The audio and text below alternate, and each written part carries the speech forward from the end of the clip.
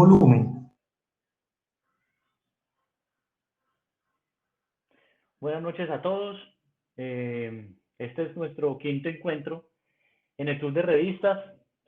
Soy Edwin Quintero, internista nefrólogo de Medellín, Colombia. Pertenezco a una sociedad que ustedes lo pueden ver ahí, es la Nefrodiálisis S.A., con mi colega Iván Villegas y con mi colega Juan Diego Montejo. Somos una serie de nefrólogos, pues que nuestro único objetivo en este momento es capacitarnos, educación médica continuada, y como decía Juan, los invito a que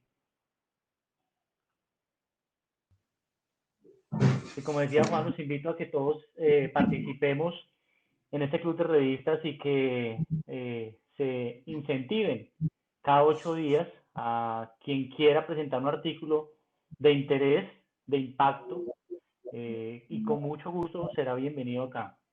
Hoy en este momento tenemos 11 personas conectadas. Bienvenido al doctor Daniel Caputo. Sé que lo invitó el doctor José Gabriel. Profesor Caputo, desde Argentina, bienvenido. Hay otro médico que está pendiente por ingresar, es otro nefrólogo mexicano. Bienvenidos y muchas gracias pues por su interés en este único objetivo que es educación médica continuada. El objetivo es el siguiente: presentar durante una hora, entre 7 y 8 pm, 2 artículos, 20 minutos de presentación de artículos y 10 minutos de discusión. Ustedes pueden hacer las preguntas ahí en la parte superior derecha, dice preguntas al final, o quien quiera acceder a aportar algo más o específicamente hablar sobre el artículo que expone el expositor, lo puede hacer con mucho gusto. Yo soy el moderador, intentaré resumir las preguntas para hacérselos a los dos respectivos expositores. En primer lugar es el doctor Juan Diego Montejo, internista, nefrólogo, especialista también en hipertensión arterial. Y el segundo expositor es el doctor Iván Villegas, internista, nefrólogo también. Ha estudiado mucho la hipertensión arterial, la enfermedad glomerular. Entonces, pues todos bienvenidos y esperamos que sea de su agrado y que ojalá se incentiven y que cada día tengamos más participantes en este proyecto que es el Club de Revistas. Y somos ambiciosos y ojalá que siga más gente de Argentina y de México ingresando a este canal, junto con sus residentes, y son profesores también están bienvenidos. Juan Diego Montejo, entonces comienzas tu presentación. Bienvenidos, nuevamente bienvenidos a todos. Ya somos 12 personas que estamos aquí ingresando. Veo que hay gente nueva y qué rico conocerlos y qué rico poder saber que les interesa. Doctor Montejo, buenas noches. Bueno, Edwin, buenas noches. Edwin, buenas noches a todos los que nos acompañan en este proyecto que, como dice Edwin, empezó hace más o menos un mes. Y bueno, vamos a dar el inicio a dos artículos. El primero lo doy yo y el segundo mi colega, el doctor Iván Villegas Gutiérrez. Entonces vamos yo les traje pues para que vamos hablando del artículo en mención. La idea es que, como les dice Edwin, las preguntas las hagamos al chat. Ya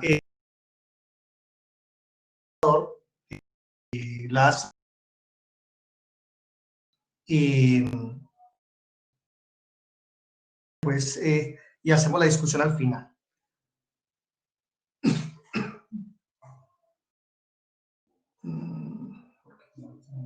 Dos segunditos que ya va a proyectar.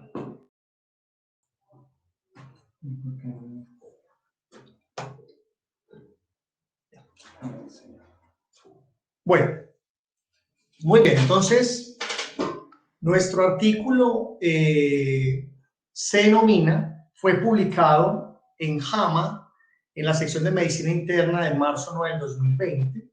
Es un artículo denominado La asociación entre la descontinuación de los bloqueadores del sistema renal angiotensina aldosterona y causas de mortalidad entre personas con una baja tasa de filtración glomerular. Este es un artículo hecho por médicos del Departamento de Epidemiología de la Universidad Johns Hopkins, que está en Baltimore, en Maryland. ¿Cuál es la intención de este trabajo? Todos sabemos que de alguna manera los bloqueadores del sistema adrenina-angiotensina-aldosterona son la piedra angular del tratamiento de algunos fenotipos de pacientes hipertensos, de pacientes con enfermedad renal crónica temprana, especialmente con fenotipo proteinúrico, en pacientes con disfunción sistólica del ventrículo izquierdo y en pacientes especialmente con eventos coronarios agudos por todo el tema de la remodelación ventricular.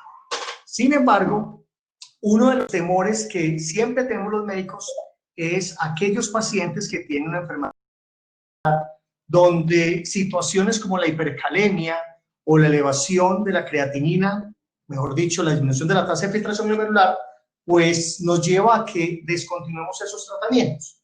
Y una de las preguntas que a veces nos hacemos es si será prudente rápidamente disminuir incluso estos bloqueadores del sistema de adrenina-angiotensina-aldosterona. Por ejemplo, las guías CADIGO nos dicen, hombre, cuando usted tenga un paciente con tasas de filtración por debajo de 60 mililitros de minuto, pues mire si tiene que disminuir el uso de estos medicamentos o la dosis de estos medicamentos, pero también nos hace un énfasis y nos dice, vea, el hecho de que usted tenga un paciente con tasas por debajo de 30 mililitros de minuto, pues no necesariamente suspende el medicamento, porque de pronto usted se pierde los beneficios que tienen estos medicamentos en desenlaces cardiovasculares especialmente. Entonces, de alguna manera, estos médicos de Baltimore, en Maryland, lo que hicieron fue tomar en forma retrospectiva una serie de pacientes para determinar varias cosas. Compararon un grupo de pacientes en los que se descontinuó el tratamiento con bloqueadores del sistema adrenina-angiotensina-aldosterona cuando estaban por debajo de 30 mililitros de minuto y los compararon contra los pacientes en los que no se suspendió el tratamiento. Pero a su vez ellos también cogieron pacientes a los cuales se les había disminuido la tasa de filtración glomerular en 40%. ¿Y qué quisieron mirar ellos? En primer lugar, quisieron mirar mortalidad por cualquier causa. En segundo lugar, el MACE, por los eventos cardiovasculares. La llegada a enfermedad renal crónica estadio 5 o enfermedad renal crónica terminal, y esto mismo lo hicieron para tanto los pacientes que se disminuyó la tasa de filtración por debajo de 30 mililitros de minuto, como para aquellos pacientes en los que perdió el 40% de la tasa de filtración glomerular. Hay que anotar que los pacientes eran generalmente pacientes de raza blanca, pacientes del oriente de los Estados Unidos, más o menos 45 condados del oriente de los Estados Unidos, y se reclutaron no, porque este es un estudio retrospectivo. Básicamente lo que hicieron fue mirar trabajos desde enero del 2004 hasta el 31 de diciembre del 2018 y básicamente identificaron 162,000 pacientes, de los cuales 10,800 pacientes se les suspendió, llegaron a tasas de filtración por debajo de 30 mililitros de minuto. Pero vamos a mirar cuál era la característica basal de esos pacientes que finalmente entraron al estudio. Recuerden, vuelvo y les digo, que este es un estudio retrospectivo. Si ustedes ven, ellos tenían dos formas de analizar los pacientes. Uno, lo que se llama el before matching, que eran 3,909 pacientes.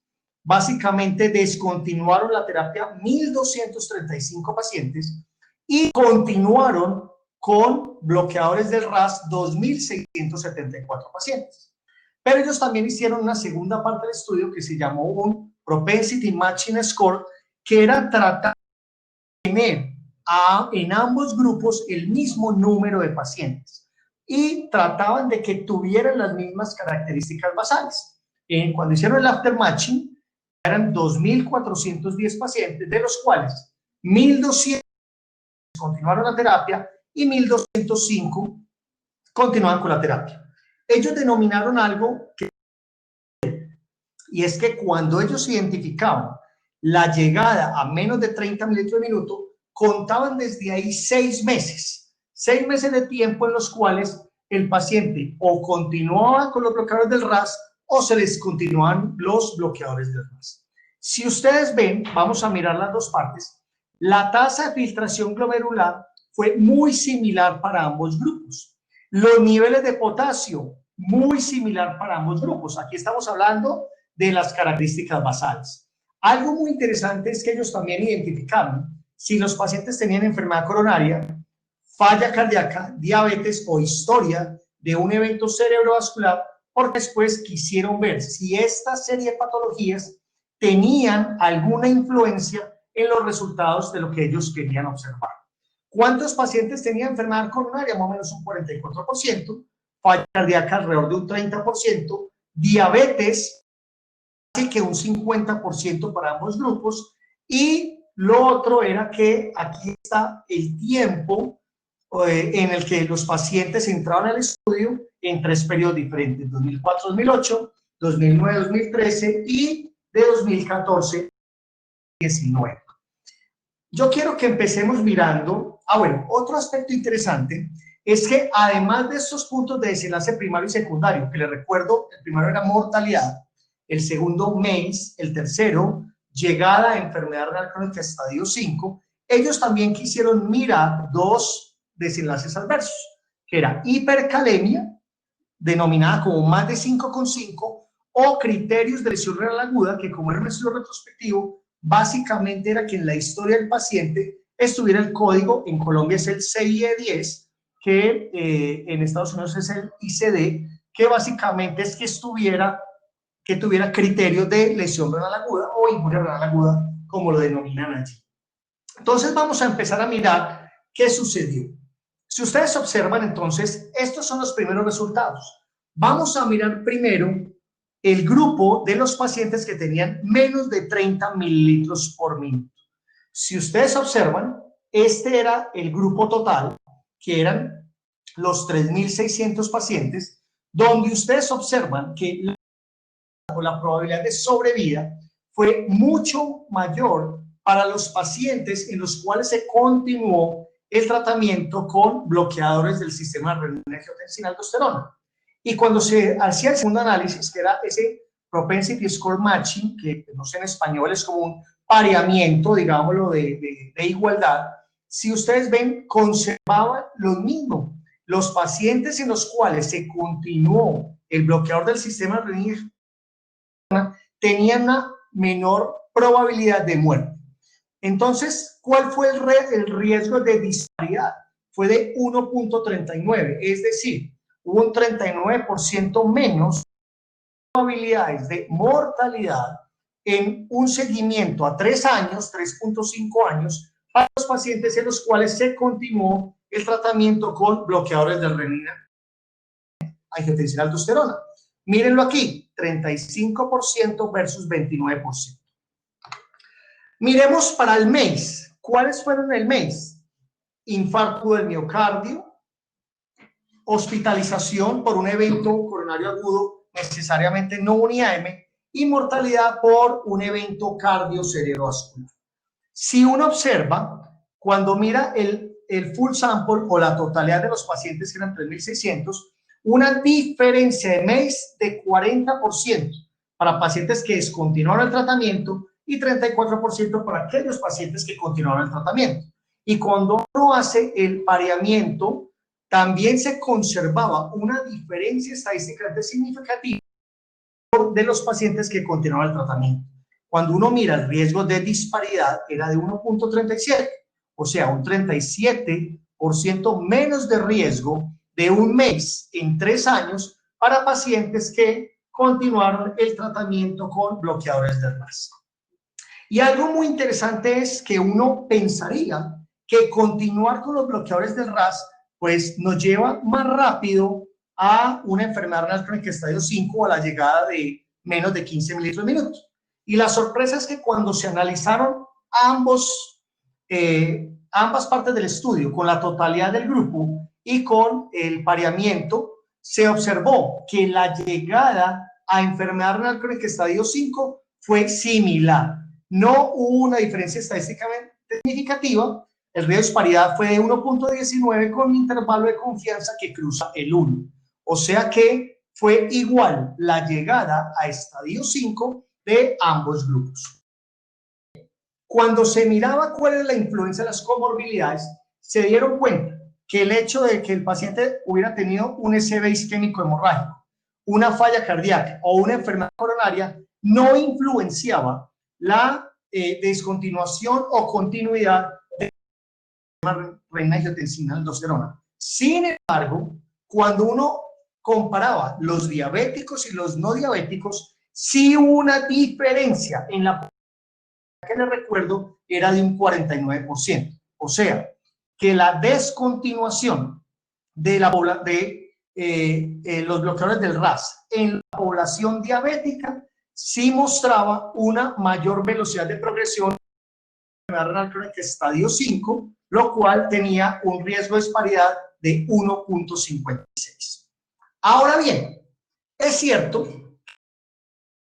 cuando uno miraba el porcentaje de pacientes en ese seguimiento a 3 años que hacían hipercalemia, o sea, calemias mayores a 5.5, había 15.6 versus 22%. O sea, hubo más hipercalemia en el grupo en el que se continúan los bloqueadores del RAS. Sin embargo, cuando los pacientes se observaba esta asociación con mortalidad, no en mortalidad, o sea, esa hipercalemia no influenciaba los desenlaces cardiovasculares adversos del paciente. Lo otro interesante es lo de aquí abajo, que es el riesgo de lesión renal aguda.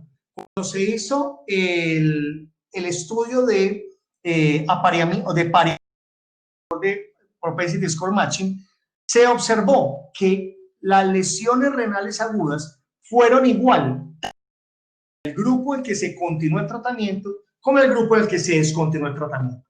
Pero miren una cosa más interesante todavía, y era qué pasó en la otra parte del estudio, que fue los pacientes en los cuales hubo una disminución del 40% de la tasa de filtración glomerular desde su base. Y miren esto, aquí fueron 4.251 pacientes en total, de los cuales 1.189 fueron pacientes en los que se descontinuó el tratamiento, 62 pacientes en los cuales se continuó el tratamiento.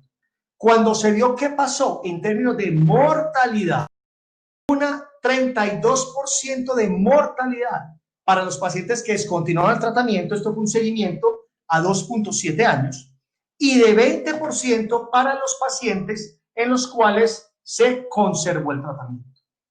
Asimismo, cuando uno mira el MACE en 2.7 años, hubo un 37% de eventos cardiocerebrovasculares para los pacientes que descontinuaron el tratamiento versus 25% para aquellos que continuaron el tratamiento. Si uno mira el riesgo de disparidad de mortalidad, fue de 1.53, o sea, un 53%, menos de riesgo de mortalidad para aquellos pacientes en que se continuaron los bloqueadores del RAS. Y cuando hablamos del 40% para aquellos pacientes en los cuales se continuaron los bloqueadores del RAS. Ahora bien, ¿qué concluyen estos autores?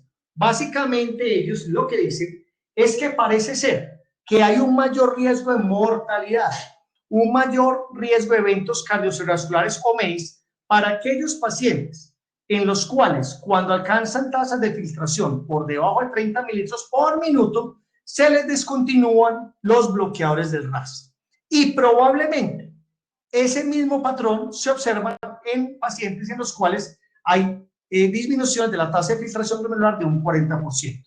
Entonces, esos hallazgos, aunque es un estudio retrospectivo, que es una de las debilidades, que probablemente nosotros tenemos que ser más cautos a la hora de decidir la descontinuación de los bloqueadores del sistema renina-angiotensina-aldosterona.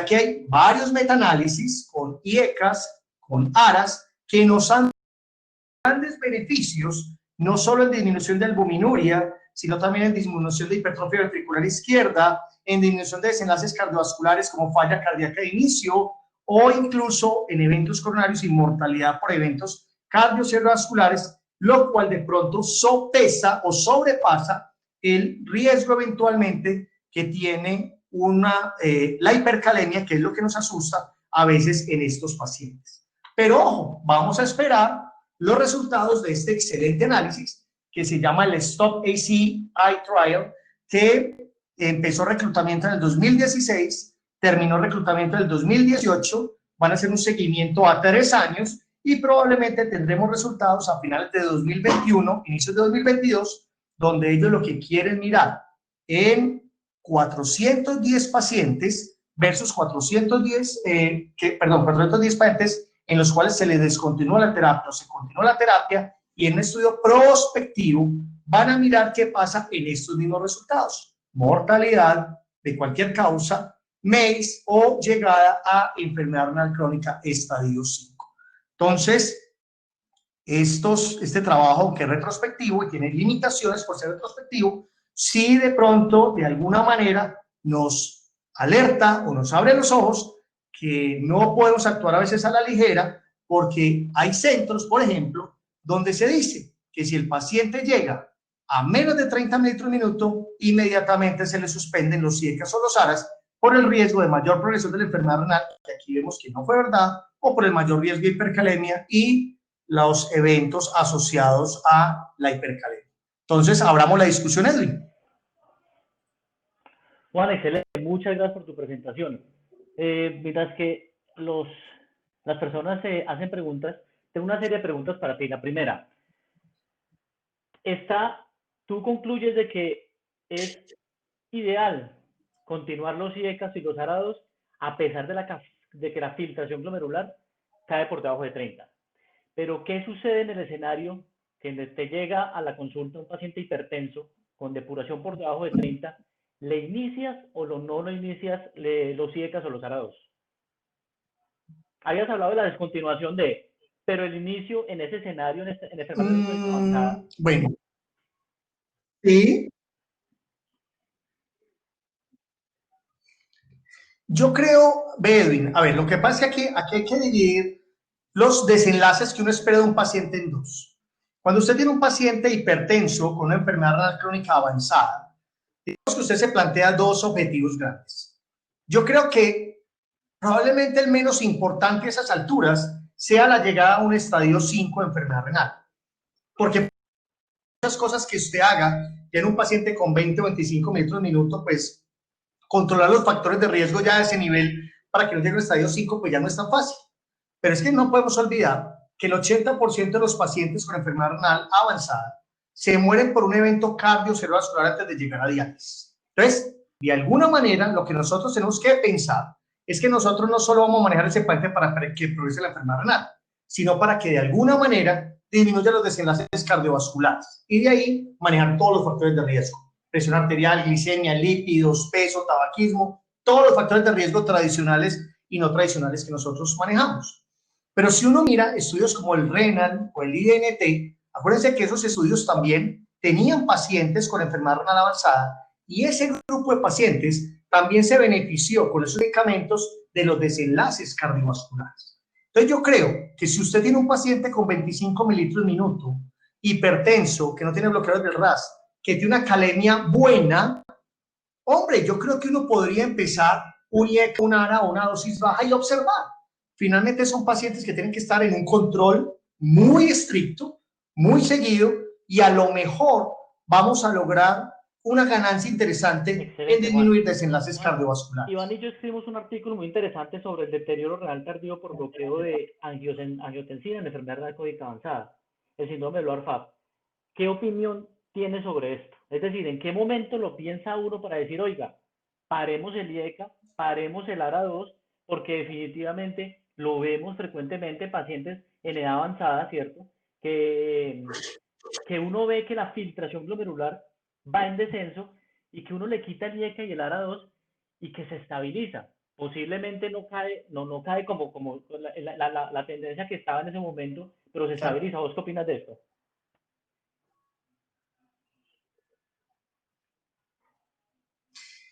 A ver, hay una cosa clara, Edwin, es que es muy claro las contraindicaciones absolutas para el uso de IECAS y ARA.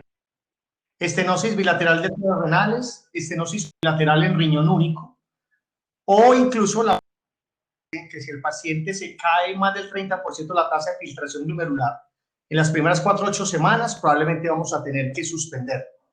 Sin embargo, aquí hay una invitación interesante y es Hombre, lo que sucede muy frecuentemente con los IECAS y ARAS, que pasa incluso con los inhibidores de SGLT2, es que al principio del tratamiento se espera que el paciente tenga un deterioro de la tasa de filtración glomerular por un efecto hemodinámico, que después de 4 a 8 semanas vuelve. Entonces, uno a veces tiene que tener paciencia con esa caída de la tasa de filtración. Ahora bien, también tenemos que pensar que varios de nuestros pacientes, no solo la población anciana, sino la población fumadora que tiene enfermedad aterosclerótica difusa, tiene algo que se llama la nefropatía isquémica y que no necesariamente se ve en un Doppler de arterias renales, porque estamos hablando de una enfermedad microvascular obstructiva, donde los IECAS y los ARA2 pues no van a tener un buen efecto, porque nos van a tumbar más esa hemodinámica glomerular y el paciente va a empeorar. Entonces, yo creo que la invitación es a que no actuemos a la ligera. El low FARB existe, consecuencia de esa nefropatía isquémica, claro que sí. Pero aquí la invitación es, hombre, si nosotros ponemos un IECA, una ARA2, o le aumentamos la dosis, hagámosle un seguimiento rápido a ese paciente, en 3 o 4 semanas, miremos cómo se comporta la tasa de filtración, miremos cómo se comporta la calemia. Y si ese paciente no tiene una disminución de la tasa de filtración más allá del 30%, sino un 20, 25, 15. Hombre, yo creo que es prudente esperar y hacerle seguimiento. Y lo otro es, a ver, es que nosotros somos muy ligeros en suspender los IECAS y los ARAS por la hipercalemia. Pero ¿qué tanto hacemos nosotros como el resto de las medidas para impactar esa hipercalemia? ¿Qué tanto le decimos a pacientes con el nutricionista que haga restricción de los alimentos ricos en potasio? O optimicemos medicamentos que nos ayuden a la excreción de potasio. Los estudios que se están haciendo ahora en Estados Unidos y en Europa con todos estos medicamentos nuevos que ayudan a disminuir las cifras de potasio, sobre todo en la población con disfunción sistólica del ventrículo izquierdo, donde los IECAS y los ARAS son muy importantes en la progresión de la falla cardíaca y en la mortalidad. Y se ha observado que cuando usted disminuye el potasio de esos pacientes con intervenciones como otros medicamentos, ese paciente da muy bien cuando usted continúa los bloqueadores del RAS. Entonces yo creo que no, la invitación aquí es, oiga, no quitemos a la ligera estos medicamentos. Vamos un poquito más allá y tratemos de mantenerlos. Ahora bien, pues habrá momentos en que pues, no se va a poder, sobre todo si el paciente tiene una nefropatía isquémica, como les digo, o finalmente se deteriora la tasa de filtración glomerular más allá del 30%, pues hay que quitarlos y echar mano de estos antihipertensivos. El profesor Caputo quiere intervenir. Doctor Uribe. Buenas noches a todos. Bienvenido. Juan, excelente la presentación. Un comentario adicional. Pues la situación es esa, es que los tiranizamos por simplemente no hacer seguimiento estricto y adecuado de nuestros pacientes, por olvidarnos del soporte nutricional. Nuestros pacientes siguen, el doctor Cap es de Argentina. Aquí tenemos una bebida tradicional que se llama la guapanela, que trae potasio en cantidades industriales, y nosotros no hemos sido capaces de acercarnos a nuestros pacientes a hablarles en palabras sencillas cuáles son esos alimentos que tienen tanto potasio, porque por ahí tenemos que empezar. Quiero decirlo, para mí el diurético coayudando estos elementos nos ayudan a eliminar también parte de ese potasio. Pero quiero hablar de un punto muy importante, y es que todavía se sigue teniendo el paradigma de que un paciente con enfermedad renal crónica en cualquiera de los niveles que esté es igual a restricción de líquidos. Y a nosotros nos llegan los pacientes que es que el médico le dijo que era que no podía tomar líquido. Y un paciente en una condición de hipovolemia relativa recibiendo este tipo de productos sí puede hacer una agudización de una enfermedad renal crónica. Entonces, tenemos que conocer la fisiopatología de la progresión de la enfermedad renal, tenemos que conocer cómo funcionan estos productos, pero tenemos que transmitírselo y enseñárselo a nuestros pacientes con cosas muy elementales para que ellos lo logren entender, porque si no, un día comen aguacate, al otro día comen papaya, al otro día naranja, como no han comido banano en toda la semana, y terminan consumiendo unas cantidades industriales de de elementos con potasio, restringiendo el agua porque fue la instrucción que les dieron, les quitan el diurético como coayudante en el manejo, si estamos hablando de hipertensión, etcétera, etcétera, que son cosas que nos ayudan a eliminar todos esos problemas a los que les tenemos tanto miedo de estos productos, que yo no tengo duda, después de todos estos años de ejercicio profesional, que son de un valor incalculable por todos los otros valores en reducción de la presión intraglomerular, mejor utilización de la glucosa periférica y toda la lista de cosas que podemos hacer de los efectos pleotrópicos que tienen estos productos. Creo que les tenemos que quitar esa marca de tiranos que les pusimos. Listo, don Mauricio, gracias. Doctor Caputo, bienvenido. De acuerdo. Edwin, el doctor José Cruz, perdón, Edwin, el doctor José Cruz dice que el trabajo era de descontinuación, no de iniciación, es correcto. Sí, el trabajo era de descontinuación de los RAS, lo que ahora es versus la no descontinuación. Edwin hizo una pregunta aparte de qué opinaba yo de la iniciación, pero es cierto, no tiene nada que ver con el trabajo. Profesor Caputo, bienvenido. Bueno, gracias. Muchas gracias por la invitación.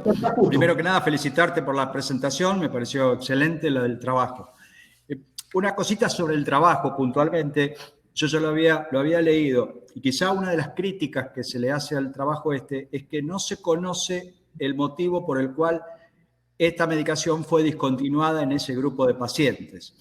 Entonces, algunas suspicacias pueden decir, yo al tipo lo veo con menos adherencia, con menos controles, lo veo un poco más, qué sé yo, más achacado, ¿no? Más estropeado, entonces por ahí le suspendo el IECA o le suspendo el ARA2 y por ahí eso influye en el aumento de la mortalidad cardiovascular después, ¿no? Como que es un punto débil que tiene el trabajo. Con respecto al tema del potasio, recordemos que esta gente, digamos, cuando nosotros lo ponemos con un régimen de IECA o ARA2, el problema más importante que tienen es el de la excreción de potasio. Es cierto que restringiendo el consumo podemos resolver algunas cosas, pero en general, en pacientes que crónicamente tienen cifras de potasio altas, el problema no es la ingesta de potasio, es el trastorno en la excreción de potasio, ¿sí? que lamentablemente el riñón no alcanza y no alcanza. Hay mucho, como bien vos mencionaste, hay muchos trabajos.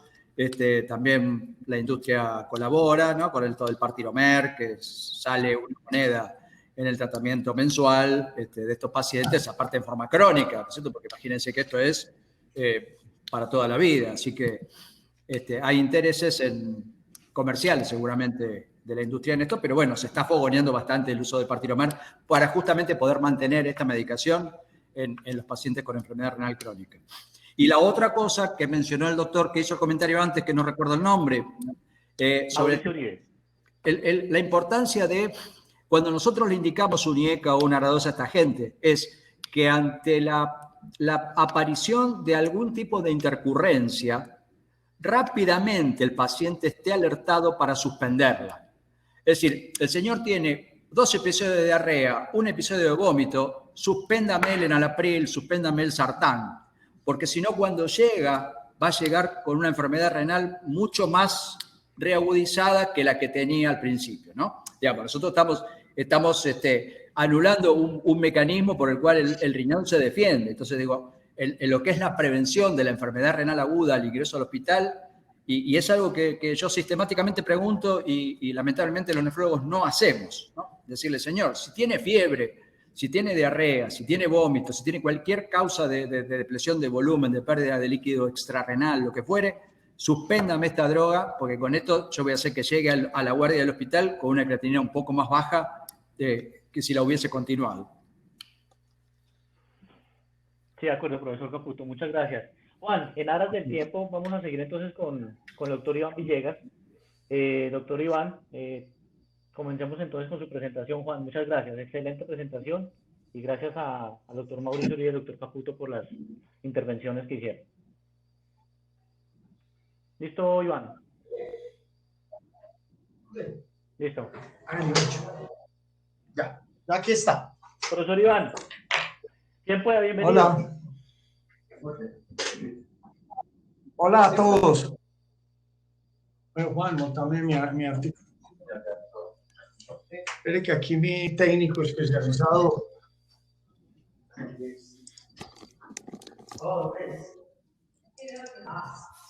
Sí.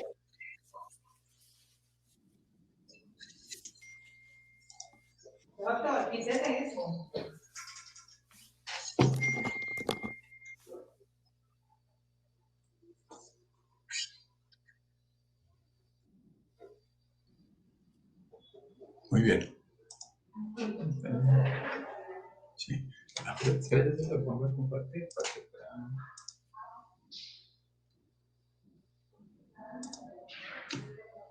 Este se va a ver allá. Aquí va a ver. ¿Pero dónde miro yo? Ya, aquí. Listo.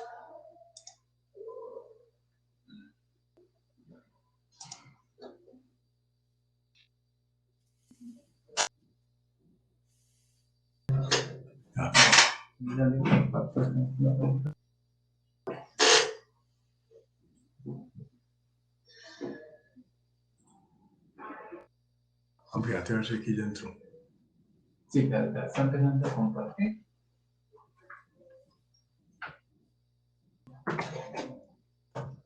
Bueno, Juan, quitame esta cosita aquí. ¿Yo cierro esta cosa? Sí, cierre.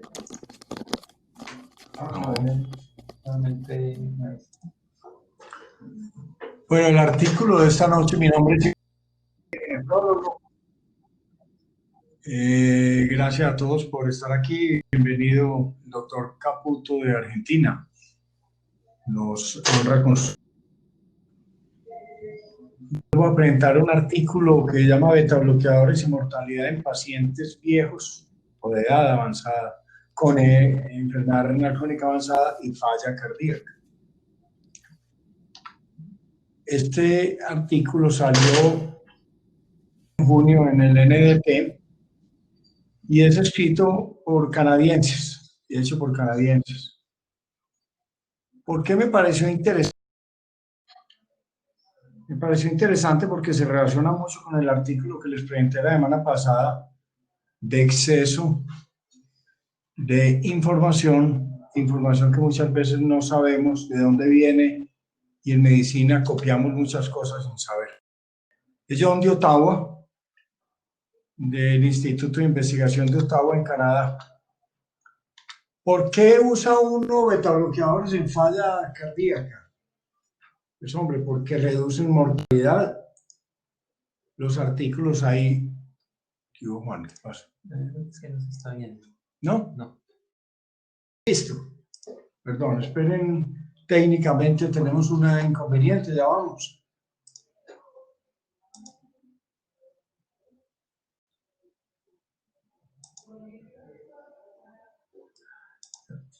¿Qué pasó? No sé, no se está viendo la... Pero ya se va a ver. Sí, sí. Esa es la idea.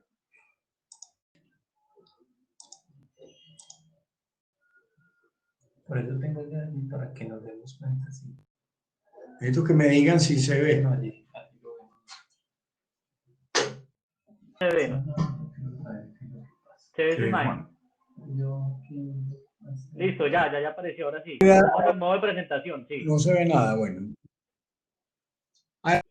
Listo. Sí, ya. Entonces, ¿por qué betabloqueadores en falla cardíaca? Pues porque reducen la mortalidad.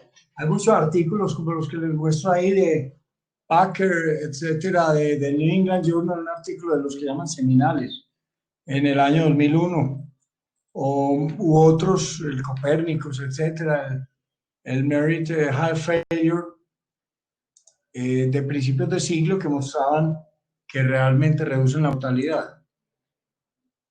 También porque en falla cardíaca sabemos que los pacientes tienen falla cardíaca y falla renal hasta en el 74% de los pacientes en algún momento de su enfermedad.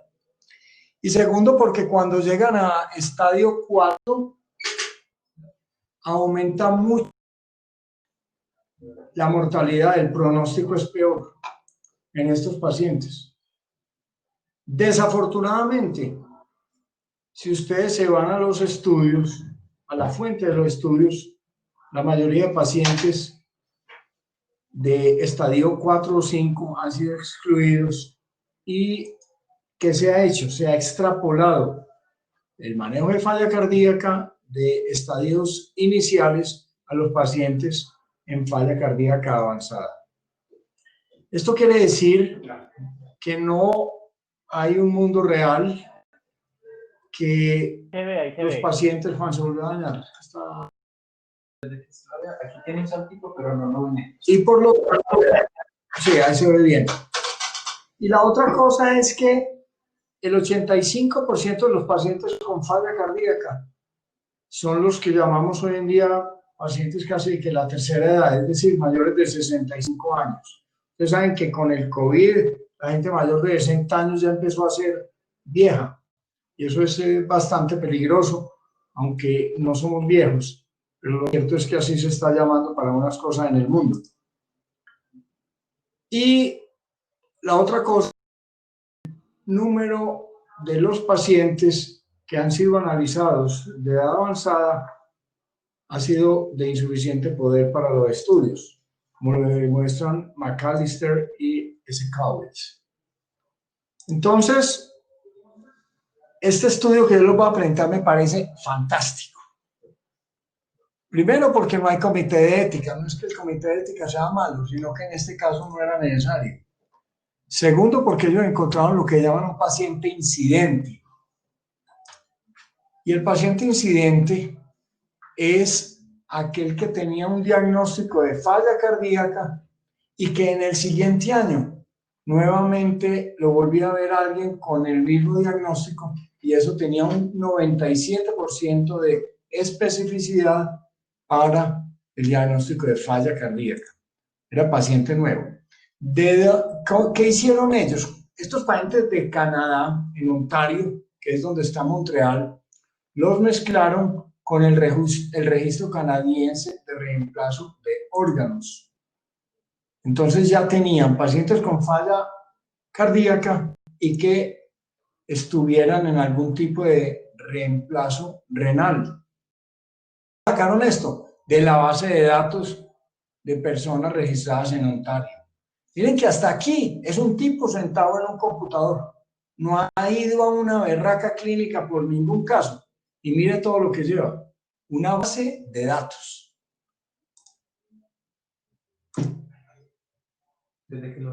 Posteriormente, a estos pacientes les miraban los exámenes de laboratorio. Afortunadamente, Canadá es un país muy socialista y toda la gente utiliza el sistema de salud básico. Entonces, en Ontario, todos los laboratorios tienen que reportar a una central, donde hay una base de datos de todos los exámenes de laboratorio, 225 laboratorios. O sea que, miren ustedes que el mismo tipo sentado en el computador sacó los pacientes que viven en Ontario, que tienen falla renal, que están en diálisis o que tienen, y que tienen falla cardíaca. Con esto calcularon la filtración glomerular por la fórmula más aceptada por todos nosotros, la CK-de-EPI, y además veían si estos pacientes se hospitalizaban o no. Nuevamente, el tipo sentado en el computador. Por el Instituto Canadiense de Bases de Datos de Salud sobre Información Resumida de Egresos, así se llama esto. Recopilaban en el mismo sitio las urgencias, el sistema de reportes del Cuidado Nacional Ambulatorio. Y la medicación, a todos los canadienses les mandan la medicación a su casa, no tienen que ir por ella. Y la medicación es muy exacta. Además, recuerden que todo paciente mayor de 65 años no quiere gastar plata, ni la va a ir a comprar, si se la van a mandar. Entonces, hay un sitio que se llama el Plan de Beneficios de Medicamentos de Ontario. Entonces, juntaban todo esto, lo iban mezclando. Teníamos un paciente con falla cardíaca, que sabíamos qué función renal tenía, qué medicamentos tomaba, si había ido a urgencias en el último año, si había tenido nuevas hospitalizaciones. ¿Qué criterios de inclusión hicieron en este estudio que fue Primero, que tuvieran más de 65 años, o sea, 66 y más. Segundo, que empezaran a usar como casos índice beta bloqueadores en los primeros 90 días del diagnóstico. De exclusión, que el año anterior no tuvieran el diagnóstico de falla cardíaca, que ya estuvieran en diálisis o trasplantados, que tuvieran bradicardia, que era una contraindicación para el uso de este tipo de medicamentos, o que tuvieran marcapasos, y que hubieran usado beta bloqueadores en los 4 meses previos al estudio. Ellos parearon los grupos entre los que usaban y los que no usaban beta bloqueadores, y el único criterio fue mortalidad por todas las causas. No pusieron a dividir si era mortalidad cardíaca o si se había suicidado, lo marcaron, no, mortalidad por todas las causas. ¿Qué encontraron? Y también, como sabemos que hay unos betabloqueadores mejores que otros en cuanto a falla cardíaca, según nos han enseñado, los de beneficio probado son bisoprolol, metoprolol, pero el succinato y el carvedilol. ¿Y cuáles no han demostrado ese beneficio? El metoprolol, pero el tartrato y el atenolol. Entonces dividieron en esos que son los que más usan allá en Canadá. No está el nebivolol, por ejemplo. Y también evaluaron si los pacientes estaban usando inhibidores de la enzima convertidora o ARA2, o antagonistas de la aldosterona, espironolactona, etc. Y miren ustedes lo que cogen de estos pacientes. Se ve pequeño, pero para que sepan. Los que usaban beta bloqueadores eran 5.800 y los que no usaban eran 5.800. O sea, totalmente bien pareados. Miren ustedes en la tabla de la derecha las diferencias. Diagnóstico de edad al inicio de la falla cardíaca, todos eran 79 años. Las mujeres, la mitad, casi todos viven en las ciudades. Y cuando les habían diagnóstico de falla cardíaca. ¿Qué comorbilidades tenían? La mayoría era hipertenso, diabéticos la mitad. La mitad también había tenido algún infarto. La 10ª parte había sido revascularizado. Y demencia senil ya, la 5ª parte de los pacientes. ¿Cómo le habían hecho los diagnósticos? Ahí están. Por ecocardio, por test de estrés. ¿Cuántas hospitalizaciones habían tenido? Aproximadamente 1 en promedio. ¿Cuántos días habían visitas con el cardiólogo? En promedio 2. Y los medicamentos, ahí los ven ustedes. Los que tomaban betabloqueador obviamente son de la izquierda, que tomaban carvedilol, metoprolol, que más se usa allá también. Bisoprolol, aquí en Colombia lo usan mucho los cardiólogos, no los nefrólogos. Atenolol, apenas el 6%. Otros betabloqueadores apenas el 2%, y ECA y ARA2 o aldosterona, miren ustedes que lo usaban aproximadamente el 70% de los pacientes. Lo interesante de ello es que al finalizar el primer año de este estudio, el 71% de los pacientes todavía usaba betabloqueadores, y de los que no lo usaban, al final del primer año el 10% ya lo estaba usando. Era un estudio retrospectivo, o sea, no se prohibía que usaran este medicamento. ¿Qué pasó con la mortalidad? Que era el evento primario que querían chequear. La mortalidad, miren ustedes, los que usan beta bloqueadores contra los que no lo usan, la mortalidad por todas las causas, pues no fue muy diferente. Tenemos el punto 61 de índice de confianza, pero no había una diferencia significativa. Y estamos aquí evaluando en los pacientes con filtración glomerular. Cuando la filtración glomerular era en estadio 4, miren ustedes lo que pasaba, tampoco había una diferencia en cuanto a mortalidad en estos pacientes. Pero miren que no había problema en usarla contra no usarla. Estamos viendo aquí que los beta bloqueadores en general mostraron en el análisis primario una mejoría en estos pacientes de edad, aproximadamente un 40% respecto. No lo usaban y ellos mostraron que el uso de betabloqueadores disminuye la mortalidad y esto fue diferente, independiente de que el paciente usara los betabloqueadores de beneficio probado en falla cardíaca contra los que no lo usaban, que era independiente también de los bloqueadores del sistema renina-angiotensina y que en los pacientes renal avanzada también ellos tenían beneficio. Posiblemente la explicación que ellos dan es que hay una sobreexpresión simpática en estos casos. ¿Cuál fue la limitación del estudio? Hombre, que fue en personas de mucha edad, 65 años. Pero recuerden que el 85% de los pacientes con falla cardíaca tienen más de esta edad.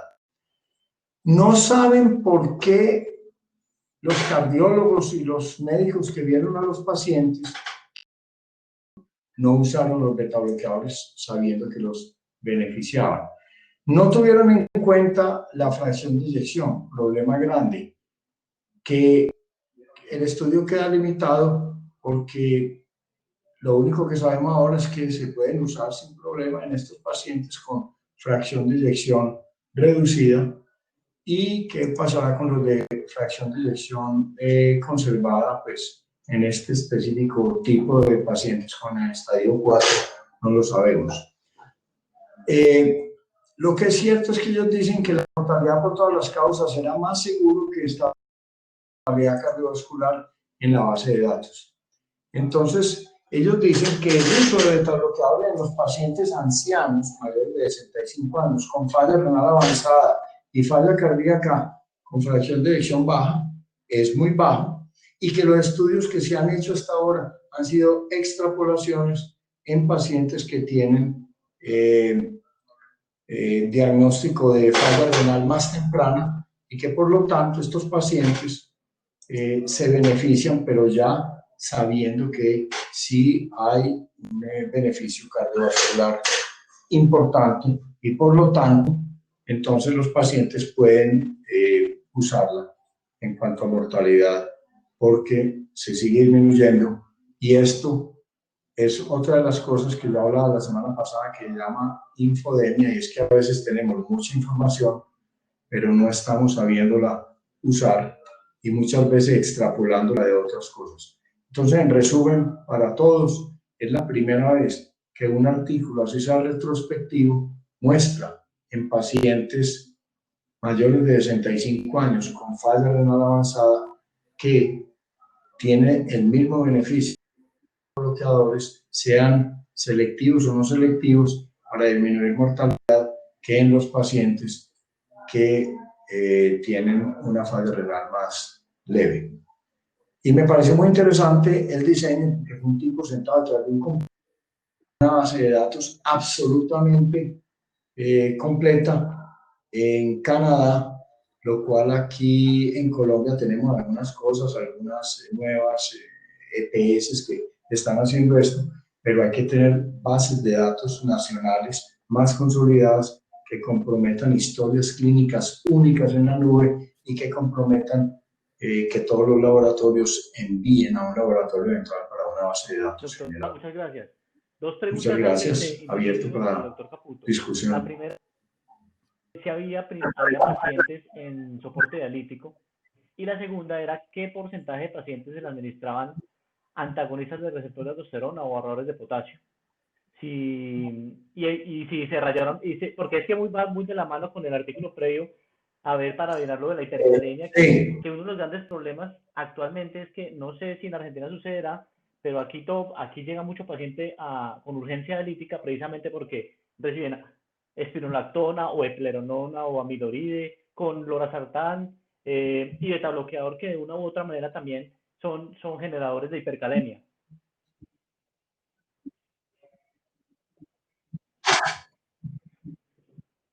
Ya. Doctor Edwin, era prohibido pacientes con diálisis o trasplante renal. O sea, no podían en absoluto. Era la primera cosa, entonces era un criterio de exclusión. Y el de la aldosterona. Sí, pero bueno. Y la segunda cosa, la aldosterona, viste que lo que más usaban eran los ARA2, en el 31% de los pacientes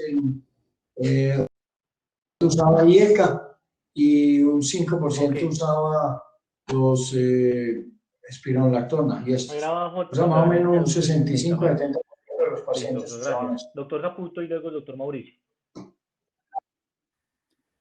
Bueno, primero felicitarlo por la presentación.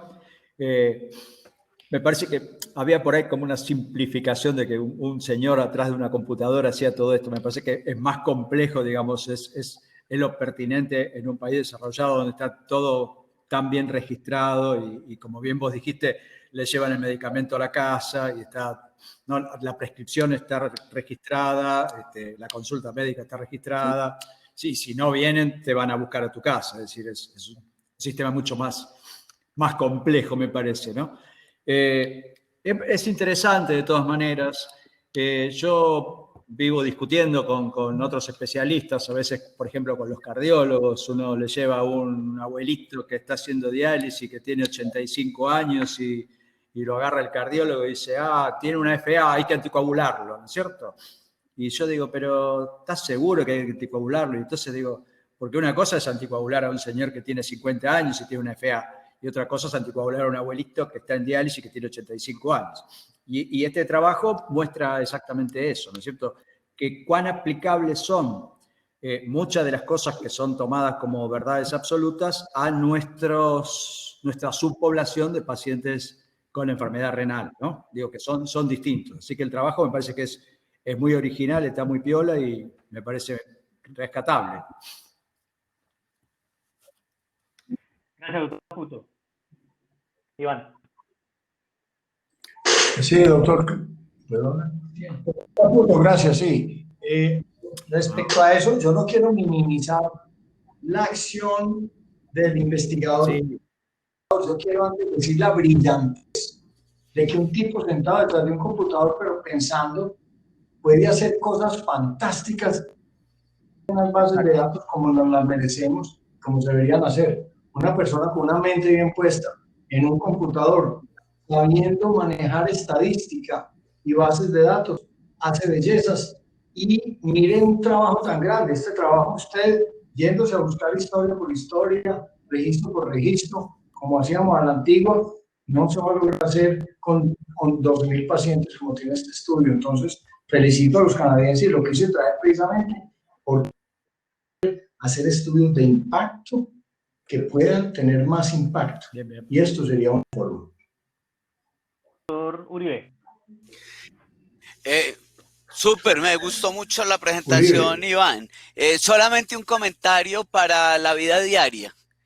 Y es que particularmente sigo recibiendo muchos pacientes que cuando llegan al consultorio, pues realmente han aprovechado mucho los bloqueadores RAS, pero muchas veces se les ha olvidado algo del escalonamiento en el manejo, por ejemplo, de la hipertensión, y nos siguen llegando, o sigo viendo muchos pacientes acompañando a los inhibidores de la ECA o los ARA2 con clonidina, con prazosina y los betabloqueadores por ninguna parte.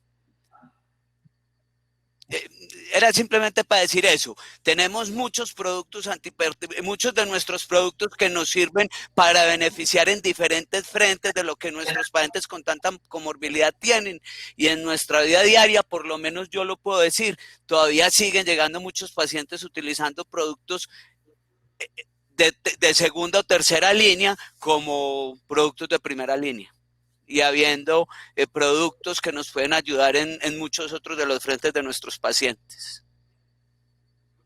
Doctor Uribe, y para los panelistas, hay una revisión muy interesante de hace 2 años en AJKD.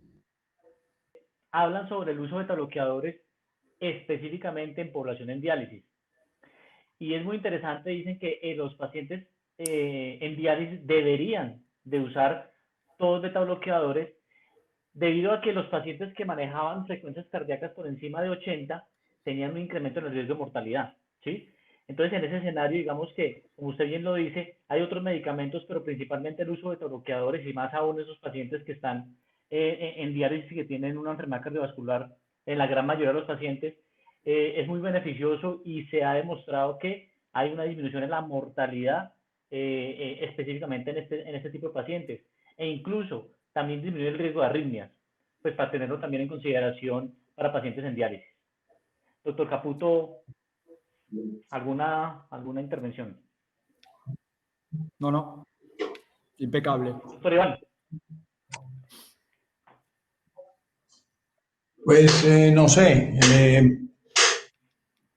muchas gracias a todos por la participación. Yo creo que simplemente decir que en medicina, como decía el doctor Caputo, usamos muchas cosas de las cuales si uno se va a la fuente, está extrapolando muchas cosas que uno no sabe. Y todavía hay mucho por demostrar, comprobar y hacer. Pienso que vale la pena y ahí todavía nos podemos pegar de muchas cosas. Creo que por aquí hay una pregunta que vamos a mirar. Doctor Edwin, ¿puede ver la pregunta o no? Sí, aquí la voy a Están leer. haciendo. Es de Tobón. Juan Tobón. Sí. Nadie duda de los beneficios de los betabloqueadores, aunque no es infrecuente haber vivido situaciones de hipotensión, astenia o trastornos en la conducción en muchos pacientes debido a la toma de estos fármacos. No se debería individualizar el uso de estos en la población anciana. Doctor Iván, ¿qué opina? Pues no, la respuesta para el doctor Tobón es que usamos todos sin saber si se puede usar o no usar. Este es el primer estudio que yo conozco de 12.000 pacientes en los cuales muestran que perfectamente se puede usar en pacientes de más de 65 años con estadio avanzado en enfermedad renal, no en análisis, sin ningún problema y es beneficioso. Entonces sí, doctor, sí se pueden usar, son beneficiosos y ya tiene usted el primer estudio muy grande retrospectivo que vale la pena. Sí, de acuerdo. Yo creo que toca también resaltar lo que dice ahí Tobón, es que sí, toca individualizar. Yo creo que cuando uno medica a algún paciente, tiene que mirar sus indicaciones, sus contraindicaciones, los pros y los contras, e individualizar, pues tratar de la palabra cada vez más usada, que es la medicina de precisión, y basarse en lo que necesita verdaderamente el paciente, ¿cierto? Totalmente válido, sí. Bueno, doctor Iván. Doctor Edwin. Señor. No, una sugerencia. Sí. El doctor Caputo, ¿le gustaría presentar algún artículo la semana entrante o cuándo puede? Bueno, podemos, sí. La semana entrante o la siguiente podemos hacer. Listo. Cuando quiera, porque nosotros siempre hacemos la reunión, hora de Colombia, 7 de la noche, o sea, 9 de la noche, creo. A las 9. Sí, a las 21, sí. Sí, no hay problema. 7, 21 horas. Solo preparo. Mi área mayor de estudio tiene que ver con los electrolitos, pero bueno, me van a tener que aguantar un rato con alguno de sodio o de potasio. ¿Qué va a hacer? Ah, doctor, excelente.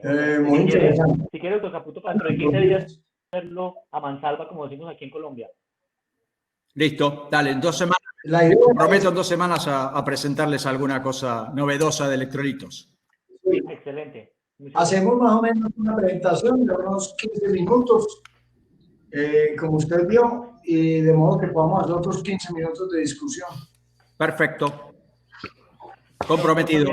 Excelente, doctor. Y ya que está el doctor Caputo aquí, hay que hacer salvedad en algunos de los comentarios que hacemos, porque hay algunas palabras que no son comunes para los dos países, como cogerlo a mansalva, porque para ellos significan otras cosas. Bueno, lo ponemos subtitulado. El doctor Caputo recibe muchos colombianos, con seguridad ya más o menos. Sí, algunas cosas conozco. Pero... Ah, bueno. Bueno, doctor Iván. Muy bien. Si algo no entiendo, no se preocupen. Muchas gracias por todo. Esperemos que dentro de 8 días sigamos en estas reuniones. Gracias al profesor Caputo, al doctor Mauricio Uribe, por las intervenciones. Y bueno, bienvenido sea. Esto es libre. Esto es para todos los negocios de Latinoamérica, como lo propuse ahí en LinkedIn. Iván, ¿algo más? Juan Diego. No. Nada más, agradecerle a todos y cuidémonos COVID-19, que nos vaya a todos muy bien. Hay un doctor alemán que entró, Christian Kammer, entró ahora, pero no sé quién es. Ok, chao. Muchas gracias. Muchas gracias, hasta luego. No, tranquilo, Hasta luego, muchas gracias. Hasta luego. Christian Kramer. Pues el saludo llegué tarde, pues no sé si será. Pero creo que le den otro argentino. Ah, bueno, Cristian. Juan, cuídate mucho. Fue excelente. Esto hay que arreglarlo, Juan. Sí, es que esa era la idea de hacer bien la prueba. ¿Viste? Sí, Saltaba, se mueve. no, aquí no, con ese allá no hay problema. O sea, eso sí, como la señal son de equipos diferentes. Sí. Un segundito, yo cierro acá. Yo cierro.